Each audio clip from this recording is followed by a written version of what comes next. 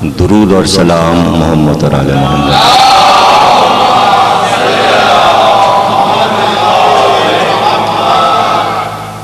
1431 हिजरी के अशरे मुहर्रम की 8वीं तकरीर आप हजरात समाअत फरमा रहे हैं। मेट्रो 1 टीवी की जानिब से अशरा मुनक़िद है। मौजू हक़ और सब्र है और मुसलसल हम इस मौजू पर गुफ्तगू कर रहे हैं कि कलामे पाक का मशहूर सूरा सूरे वल अस्र, जिसमें इरशाद हो रहा है बिस्मिल्लाहिर्रहमानिर्रहीम वल अस्र इन्नल इंसाना लफी खुस्र इल्लल्लज़ीना आमनू व अमिलुस सालिहाति व तवासौ बिल हक़्क़ि व तवासौ बिस सब्र। परवरदिगार आलम कसम खा के कहता है, अस्र की कसम, तमाम इंसान नुकसान में हैं, सिर्फ वो लोग जो साहिबान ईमान हैं और अमल सालिह करते हैं और एक दूसरे को वसीयत करते हैं हक की राह पर चलने की और सब्र करने की।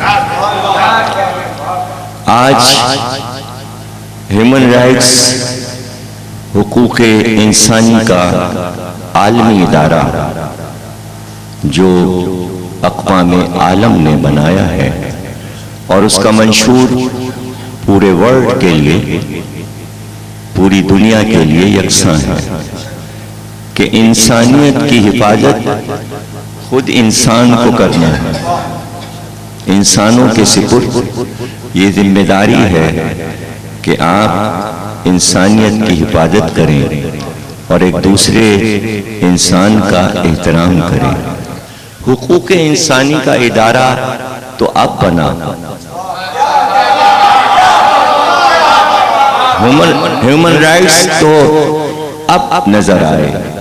इस्लाम सबसे पहले कायनात में हुकूक इंसानी की बात करता है और ये हुकूक इंसानी ही का एक हिस्सा है कि कुरान कह रहा है सब्र करो। आज हमारे दुनिया के हर मुल्क के माशरे को सबसे ज्यादा जिस चीज की जरूरत है वो सब्र है।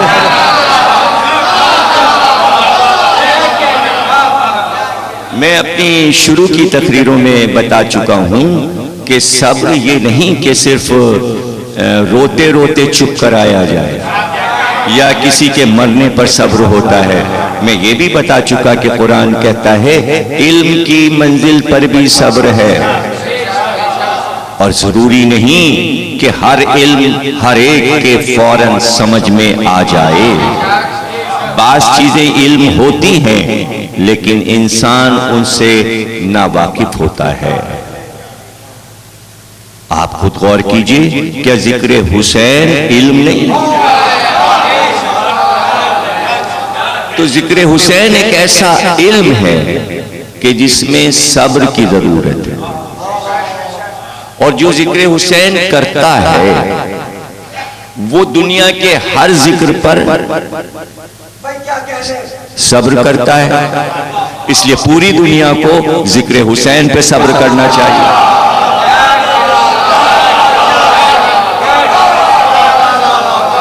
यही इंसानियत का मंशूर है।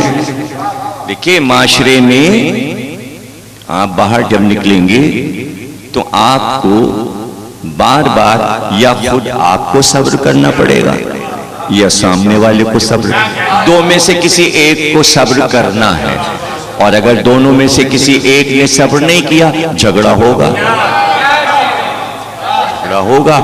इसलिए कि कुछ ऐसी चीजें हैं माशरे में कि जिनके उसूल बैनुल अक़वामी हैं। छोटी ही सी मिसाल है और छोटी मिसालों से बड़ी बात कभी कभी समझ में आ जाती है कि जब आप चलते हैं अपनी गाड़ी लेकर शाहराह पर, तो उसके उसूल बैनुल अक़वामी हैं। जाहिर है कि आपको जल्दी जाना है, आगे वाला राह में रुका हुआ है, उसकी स्पीड कम है, आपको आगे निकलना है, तो आपको आगे जाने के लिए उस ट्रैक में आना है कि जो आगे के लिए मुकर्रर है। अब अगर आगे वाले ने ये बात नहीं जानता कि हम जहां चल रहे हैं यहां ये उसूल है कि पीछे वाला अगर रास्ता मांग रहा है तो उसे रास्ता दे दे। अब इन दोनों में से किसी एक को सब्र करना है। अगर सब्र नहीं करेंगे दोनों में से झगड़ा होगा, झगड़ा होगा। तो इसी तरह हर मंजिल पर सब्र है, और इस्लाम ये कह रहा है, दीन ये पुकार रहा है कि देखो सब्र की तारीफ इससे अच्छी क्या हो सकती है कि हमने इस दीन का नाम ही इस्लाम रखा है। इस्लाम के मानी सलामती हैं, यानी हम एक दूसरे को सलामती की जमानत देते हैं। इसीलिए पहली मुलाकात में सलाम रखा है।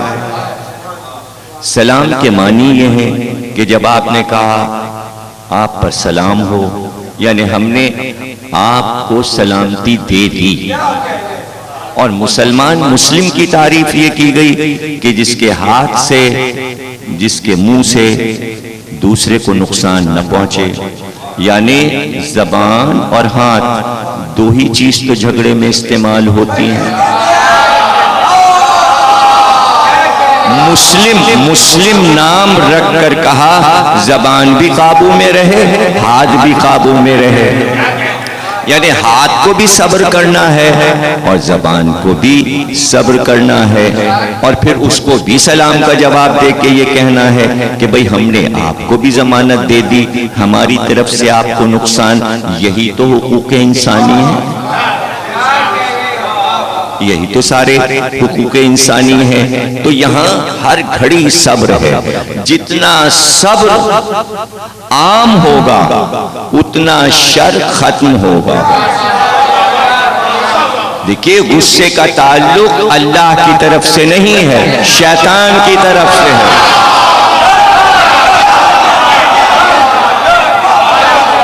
सब्र का ताल्लुक अल्लाह की तरफ से है। वो कहता है सब्र करो, शैतान कहता है गुस्से में आ जाओ। इसलिए इस्लाम ने गुस्से को हराम करार दिया।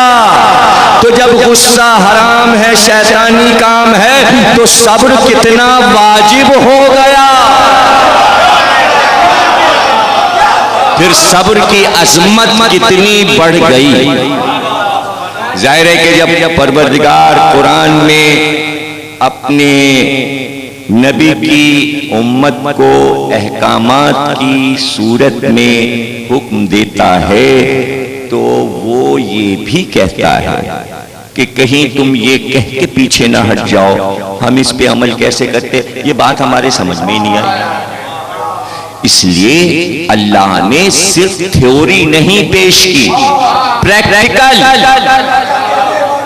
कुरान थ्योरी है, अल्लाह कह रहा है सब्र करो। इसलिए नमूने पेश किए कि सब्र कैसे किया जाता है।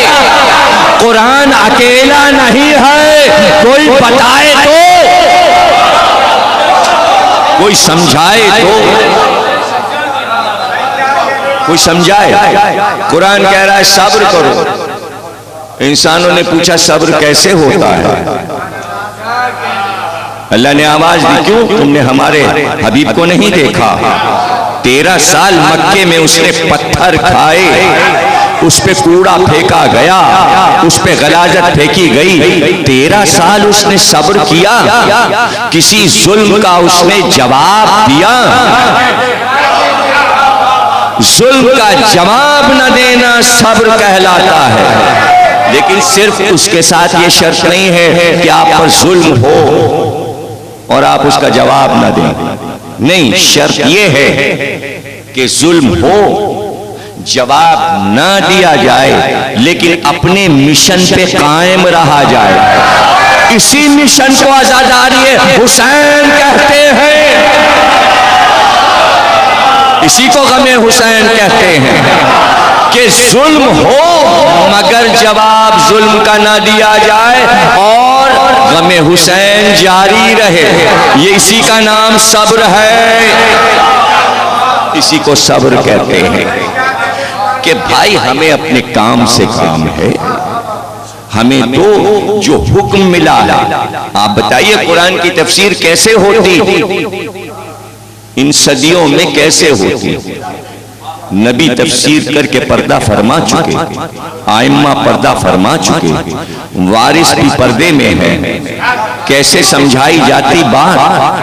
अब प्रैक्टिकल अमली नमूने ना रहे तो कम से कम हुक्म इलाही से यही हुक्म दिया गया कि अमली नमूने तुम्हारे सामने नहीं है तो कुरान की आयत पढ़ो और उनके किस्से सुनाओ जो अमल करके गए।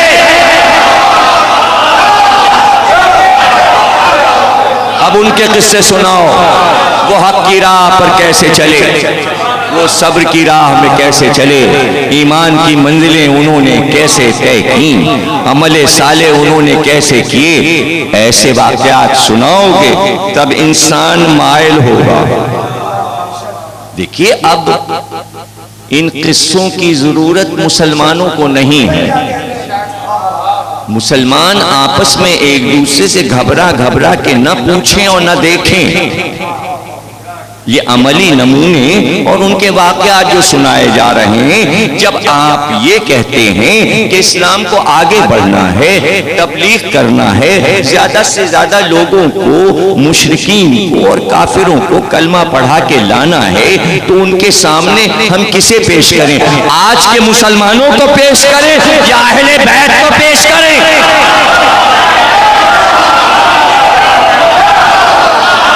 आइडियल कौन है? आप आइडियल किसे बनाएंगे? देखिए शायरी में आज हम अल्लामा इकबाल को आइडियल मानते हैं, लेकिन अल्लामा इकबाल ने भी अपनी शायरी में यही कहा कि आइडियल तो वही लोग थे, अजीम हस्तियां तो वही थीं कि जिन्हें मिसाली नमूना बना के पेश किया जाता है।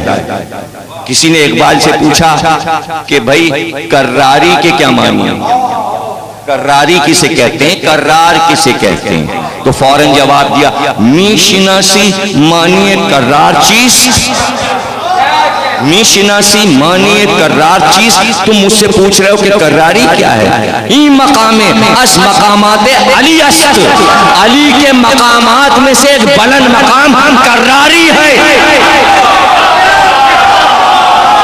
देखिए मानी समझाने के लिए अल्लामा इकबाल को एक हस्ती की जरूरत पड़ी, तो जब आम लफ्ज बगैर हस्ती के समझ में नहीं आता तो कुरान का कोई लफ्ज अहले बैत के बगैर कैसे समझ में आएगा?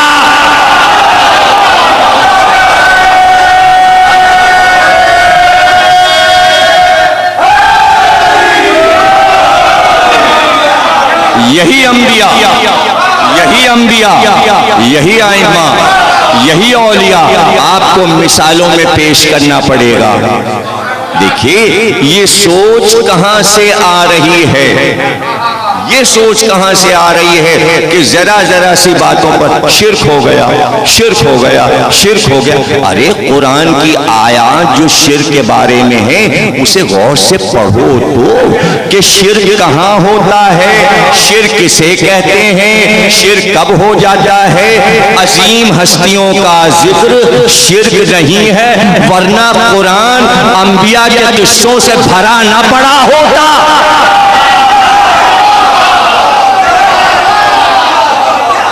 हस्तियों का जिक्र शिर्क नहीं है मेरे भाई।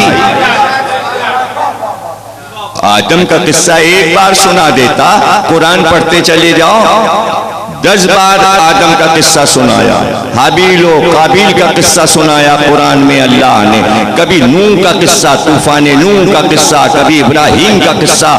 300 जगह कुरान में सिर्फ मूसा का किस्सा बयान, 300। अब मुझे जवाब दे दो कि कुरान का नबी कौन है, इस्लाम का नबी कौन है? अरे मोहम्मद का जिक्र कुरान में 300 नहीं है, मूसा का जिक्र 300 जगह पर है। ये कुरान में मोहम्मद का जिक्र 300 जगह क्यों नहीं है, मूसा का जिक्र 300 जगह क्यों है? इसलिए कि मूसा गिनती में महशूर हो गए। 300 जगह जिक्र कुरान का हर लफ्ज मोहम्मद की मदह में है। कुरान का हर लफ्ज मोहम्मद है, कुरान का हर लफ्ज मोहम्मद है। सरकारे दो आलम की तारीफ है। मैंने शुरू की तकरीर में कहा था कुरान इंसानों के लिए उतरा।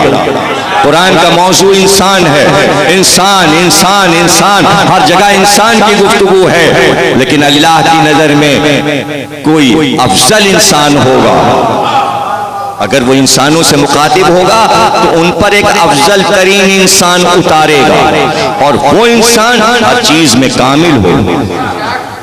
अल्लाह जिसे इंसान कहेगा वो इंसान कामिल होगा।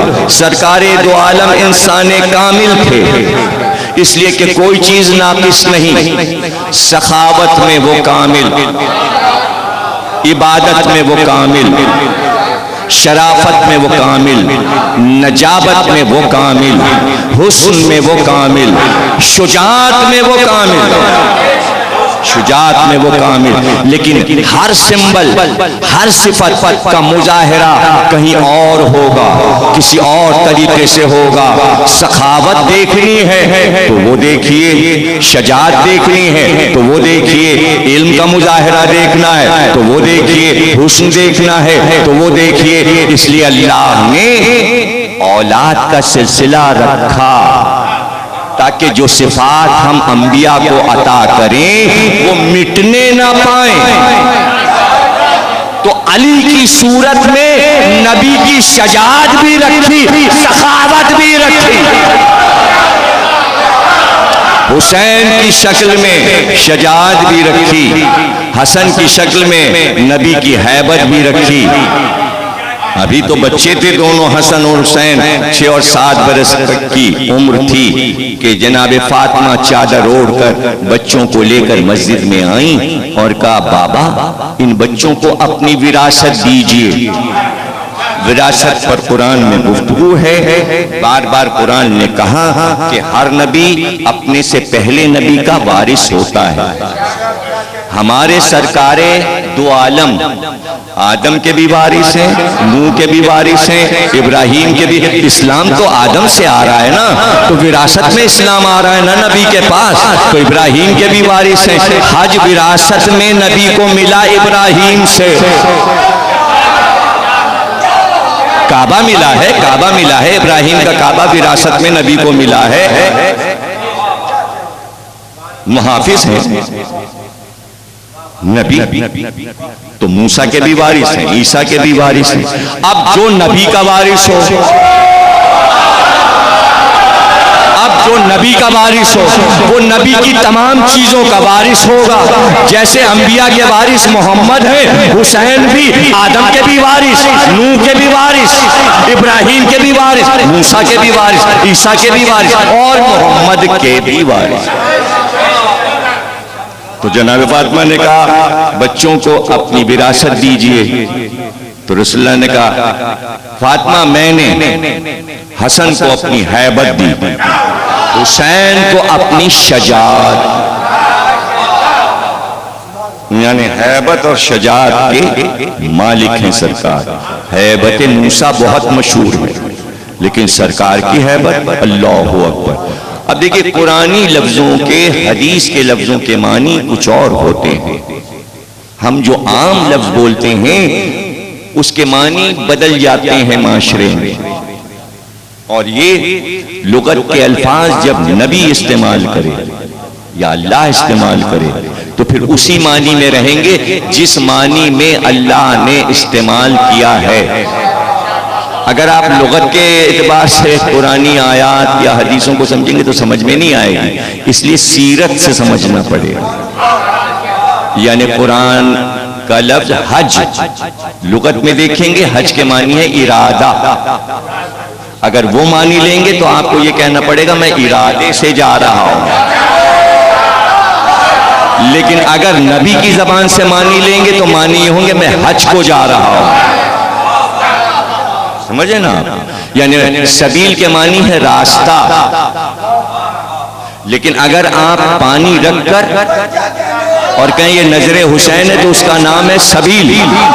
तो जहां पानी रखा हो वो सबील। अली अकबर की जबान से उसे मानिए वो जगह जहां प्यासे को पानी पिलाया जाए। अब चाहे वो इल्म की सबील हो या वो पानी की सबील,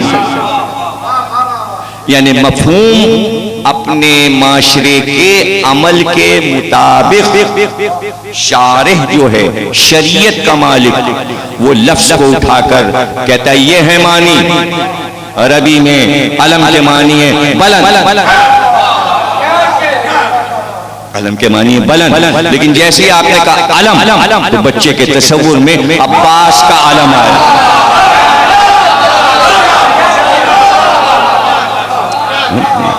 मजलिस के मानी है जहां 4 आदमी बैठ गए। लेकिन जब आपने कहा मजलिस हो रही है तो अब तसव्वुर में हुसैन की ही मजलिस आएगी।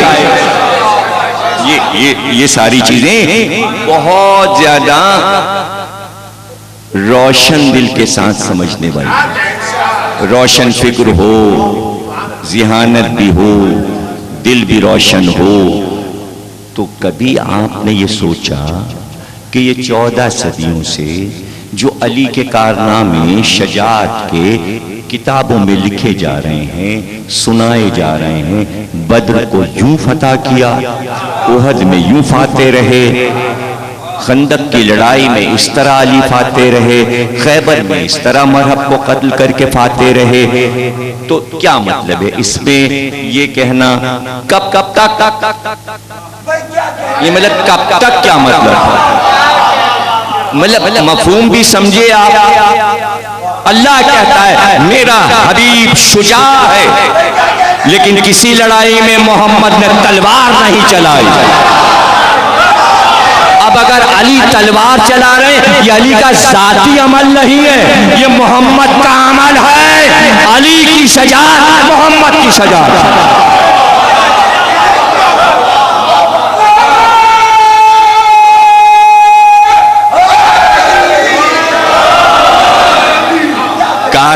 कारामत बात वो है जो छोटे से जुमलों में सिमट आए।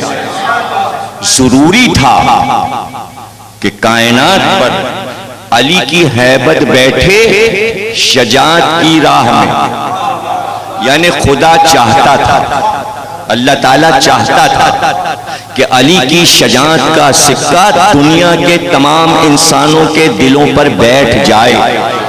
क्यों?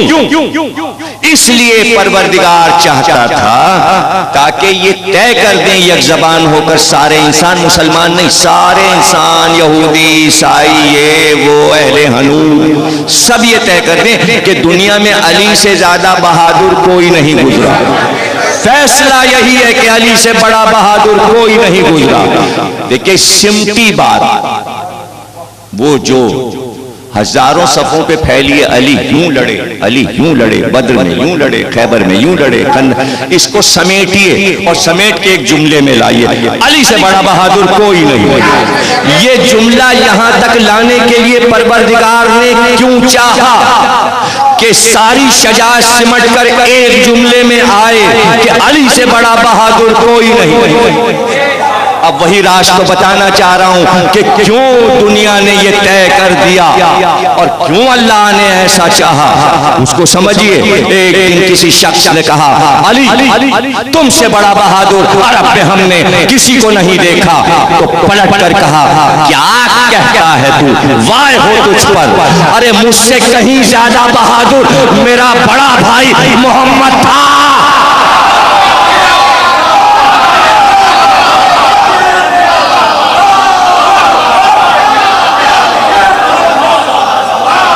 सिमटी है शजाअत अली में ताकि अली जैसा बहादुर ये बताए कि कायनात में मोहम्मद से ज्यादा बहादुर कोई नहीं गुजरा।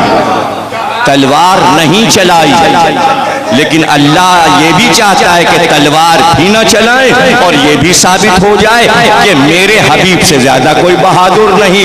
अल्लाह ने अली को बहादुर बनाया इसलिए ताकि अली तारीफ करके बताएं कि मोहम्मद से बड़ा कोई बहादुर नहीं।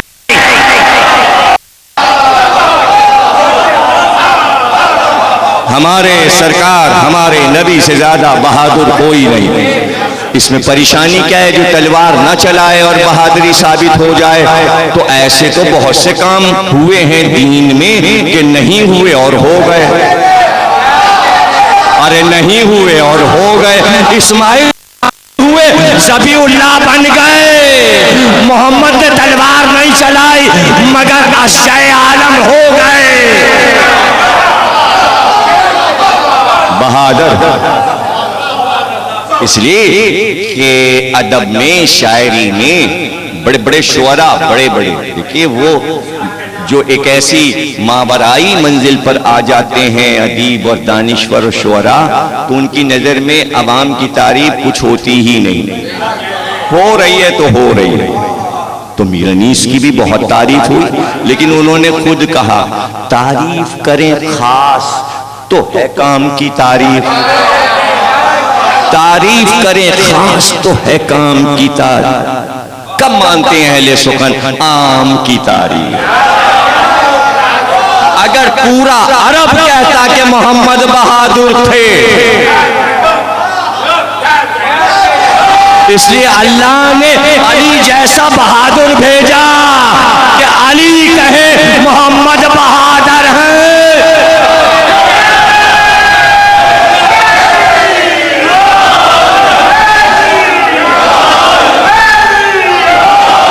मोहम्मद सरकार बहादुर सल्लल्लाहु अलैहि वसल्लम बहादुर, अली सल्लल्लाहु अलैहि बहादुर। नवासे हैं हसन और हुसैन मोहम्मद के, बेटे हैं अली के। अल्लाह अकबर। दो शजाओं की शजात, दो नवासों में मुंतकिल हुई। तो अपने अहद में हसन से बहादुर कोई नहीं और हुसैन से बहादुर कोई। तो अब नस्लों में शजाअत जाए। अली का हर बेटा शजा, अली का हर बेटा शजा, हसन का हर बेटा शजा, हुसैन का हर बेटा शजा। बल्कि सरकारे दो आलम की एक हदीस आपको सुना दें। आपने फरमाया अगर पूरी दुनिया अबू तालिब की नस्ल में होती तो सब सजा होते।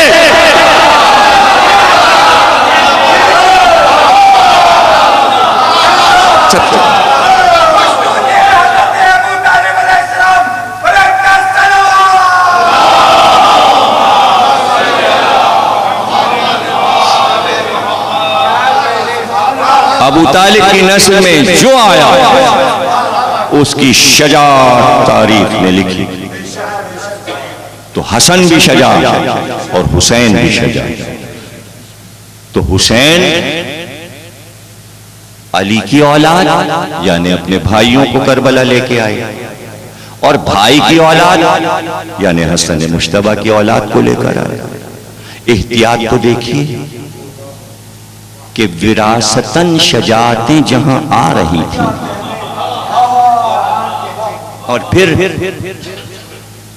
एक तो है कि शजात विरासतन आ रही है, और एक ये कि ये एहतमाम था बनी हाशिम में कि मौलाए कायनात अली इब्न अबी तालिब के दौर से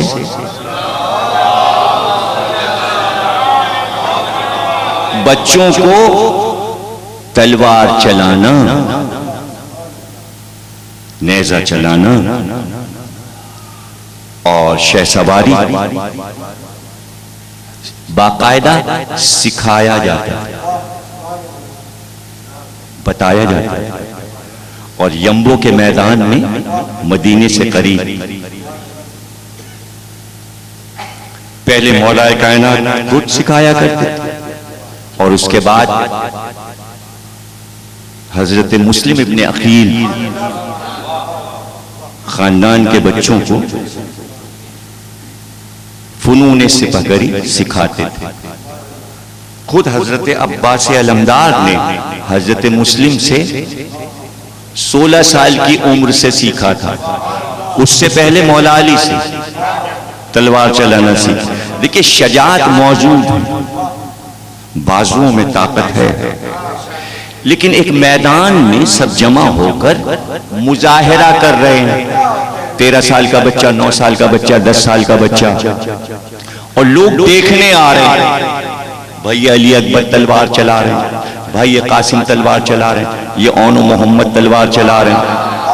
ये मुजाहिरा क्यों था?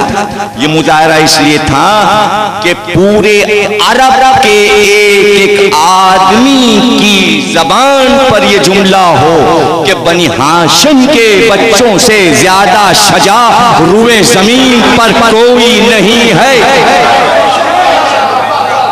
देखिए ना, कासिम ने कोई लड़ाई लड़ी थी, ना अली अकबर ने कोई लड़ाई लड़ी थी, ना ओनो मोहम्मद ने कोई लड़ाई लड़ी थी। इन बच्चों ने कोई मैदान जंग नहीं देखा था, लेकिन अरबों को मालूम था कि इनसे अच्छी तलवार चलाना किसी को नहीं आता, इनसे सजा कोई नहीं है। ये इसलिए मौला अली ने इंतजाम किया कि यही बच्चे जब करबला में आए तो शिमरो यजीद ये ना कहे कि बुज़दिलों से लड़ाई थी।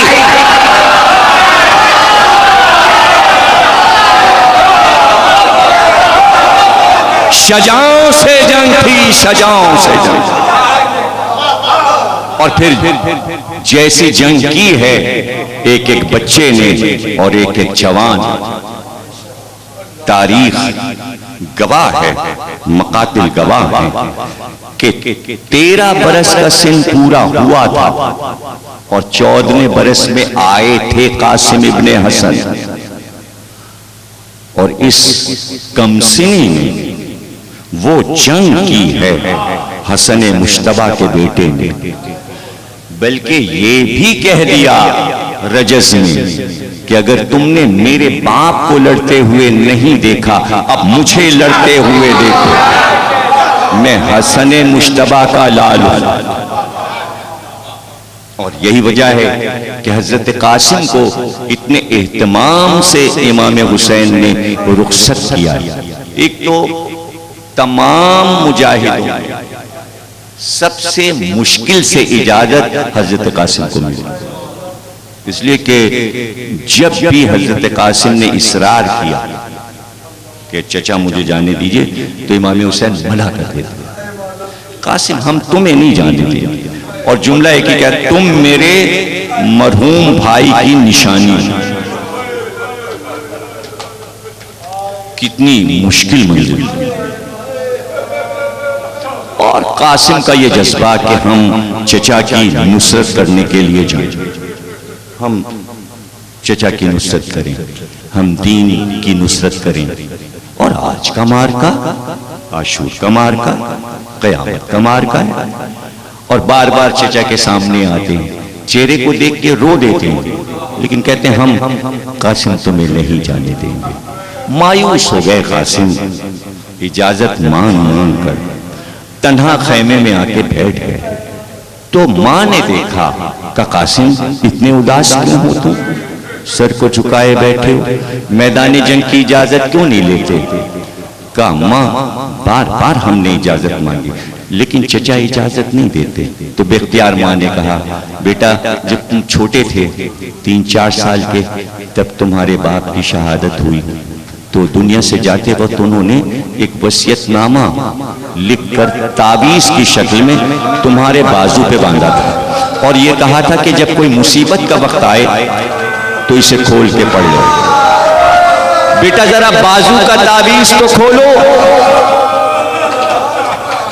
हसन के हाथ का बंधा हुआ ताबीज कासिम के हाथ से खुला और उसे पढ़ना शुरू किया। मां ने कहा, कासिम क्या लिखा है तुम्हारे बाबा ने? कहा, अम्मा बाबा ने यह लिखा है कि 10 मुहर्रम आशूर के दिन हुसैन नरगे आदम में गिर जाएंगे। ए कासिम, अगर मैं करबला में होता तो मैं अपनी जान हुसैन पर से फिदा कर देता। कासिम, तुम मेरी नुमाइंदगी करना और चचा से इजाजत लेकर मैदान जंग। कासिम के चेहरे पे मुस्कुराहट आ गई। कागज लेकर चचा की खिदमत में चले और कहा, चचा इसे पढ़िए, बाबा ने क्या लिखा है। भाई की तहरीर पढ़कर हुसैन इब्ने अली की आंखों से आंसू बहने लगे। बार बार तहरीर को छूते। अब कासिम ने कहा कि तहरीर आपने पढ़ ली चचा, अब इजाजत दीजिए, अब हमें रन की इजाजत दीजिए। अल्लाहु अकबर। अब मेरी तरफ देखिएगा कि एक बार जब हुसैन ने मना कर दिया और तहरीर के बाद भी कहा, हम तुम्हें जाने नहीं देंगे इसलिए कि तुम बेवा मां की निशानी हो। मां बेवा तो बेख्तियार कासिम जमीन पर बैठ गए और हुसैन के हाथ चूम और हर बार बोसा देकर हाथों को कहते थे, चचा जाने दे, मुझे जाने दे। जब देखा हुसैन कुछ नहीं बोलते तो एक बार कासिम ने हुसैन के पैरों को चूमना शुरू किया और कहा, चचा इजाजत दीजिए। एक बार दरे खैमा से आवाज आई, अरे बेवा का हदिया है, रद्द ना करो। जज़ाकल्लाह।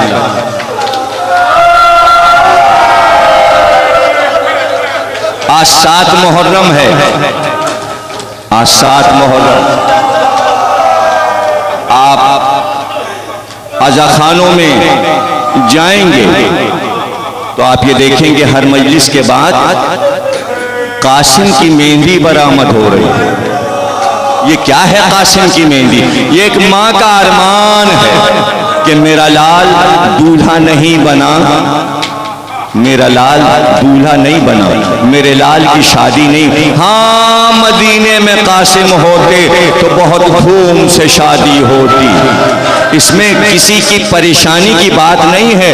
ये आज की माओं का अरमान है कि जब हम अपने बच्चे की मेहंदी सजाते हैं तो पहले हम उम्मे फरवा के बेटे की मेहंदी क्यों ना सजा लें। सिर्फ उसकी रूह को समझने की जरूरत है।